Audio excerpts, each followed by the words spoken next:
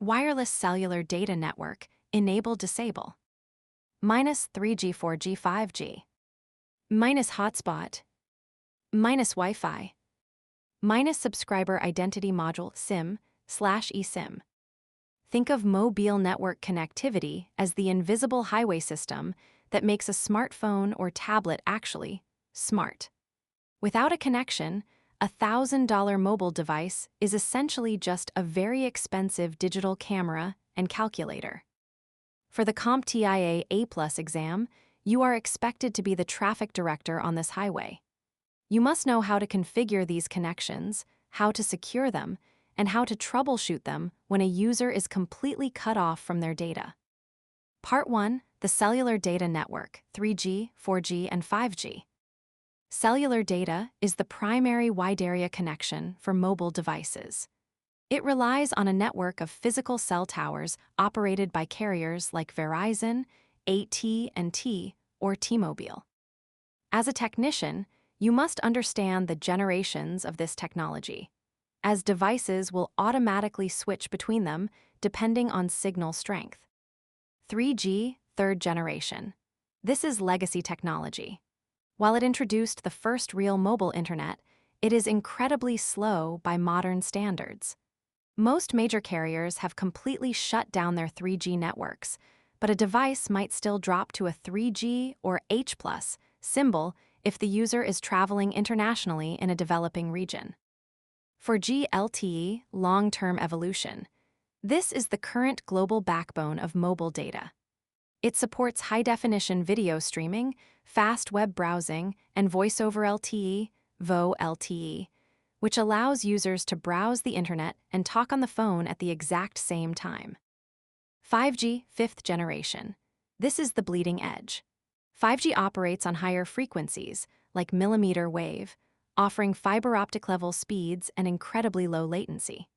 However, because high-frequency waves cannot travel very far or penetrate thick walls, 5G requires dense clusters of small antennas. If a user walks deep inside a concrete office building, their phone will seamlessly drop from 5G back down to 4G LTE to maintain the connection. Enabling and disabling data. Users often need to restrict cellular data to avoid massive billing charges, especially when traveling. Airplane mode.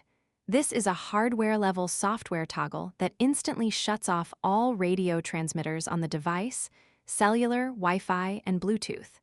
It is the ultimate kill switch for connectivity. Data roaming toggle.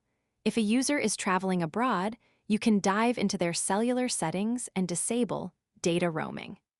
This allows the phone to connect to foreign towers for emergency phone calls, but completely blocks background internet traffic, so the user doesn't come home to a $1,000 phone bill. Part 2. Identity modules, SIM and eSIM. How does a cell tower know exactly whose phone is requesting data and who to bill for it? That is the job of the Subscriber Identity Module, or SIM. 1. The physical SIM card. Historically, this was a physical plastic card with a gold contact chip. Over the years, it shrank from the mini SIM to the micro SIM down to the modern nano SIM. The content. The SIM card holds the IMSI, International Mobile Subscriber Identity, and the cryptographic keys that authenticate the device to the carrier's network. Troubleshooting. If a phone says no SIM or invalid SIM, the technician's first step is to use a metal ejector tool. Pop the SIM tray out, clean the gold contacts with a microfiber cloth, and reseat the card. 2. The embedded SIM, eSIM. This is the modern standard, heavily featured on recent devices like the iPhone 14 and newer. An eSIM is a permanent, reprogrammable microchip soldered directly onto the phone's motherboard. The advantage: you no longer need to wait for a physical card to ship in the mail. A technician can provision an eSIM in seconds simply by having the user scan a QR code provided by the carrier or by downloading the carrier's app. Dual SIM capabilities. Because eSIMs are digital, a single phone can hold multiple profiles. An employee can have their personal phone number and their corporate enterprise phone number active on the exact same device at the exact same time. Part 3. Wi-Fi and captive portals.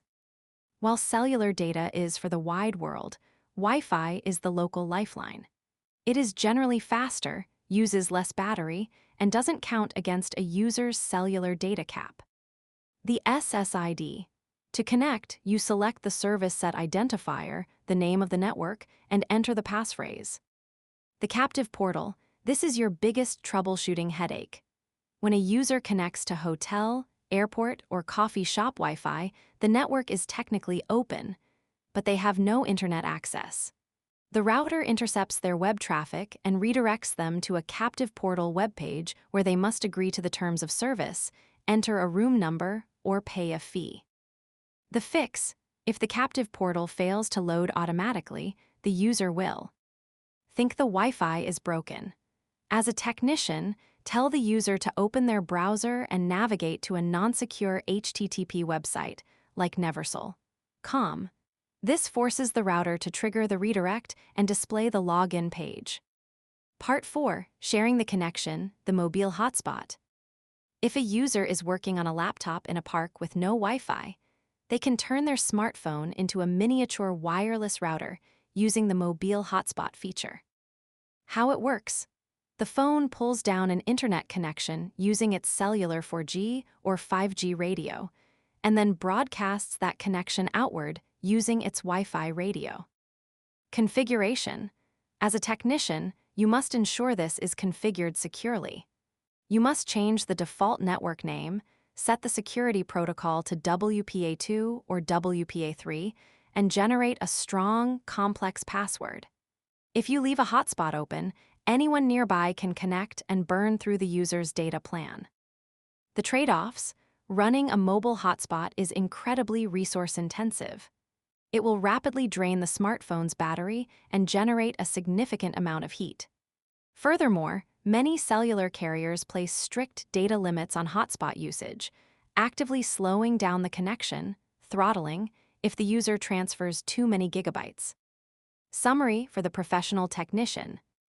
To lock this in for your exam preparations, remember these core troubleshooting paths. Generations. Devices seamlessly switch between 5G, 4G LTE, and 3G based on signal strength. Toggles. Use airplane mode as a quick hardware reset for all radios, and disable data roaming to prevent international billing disasters. Identity. Nano SEMS are physical cards that can be swapped. eSEMS are digital profiles activated via QR codes or apps. Wi-Fi. If a public network shows full bars but no internet, the user is likely trapped behind a captive portal that hasn't loaded. Hotspots. Always secure a mobile hotspot with WPA3 encryption to prevent data theft and unauthorized bandwidth usage.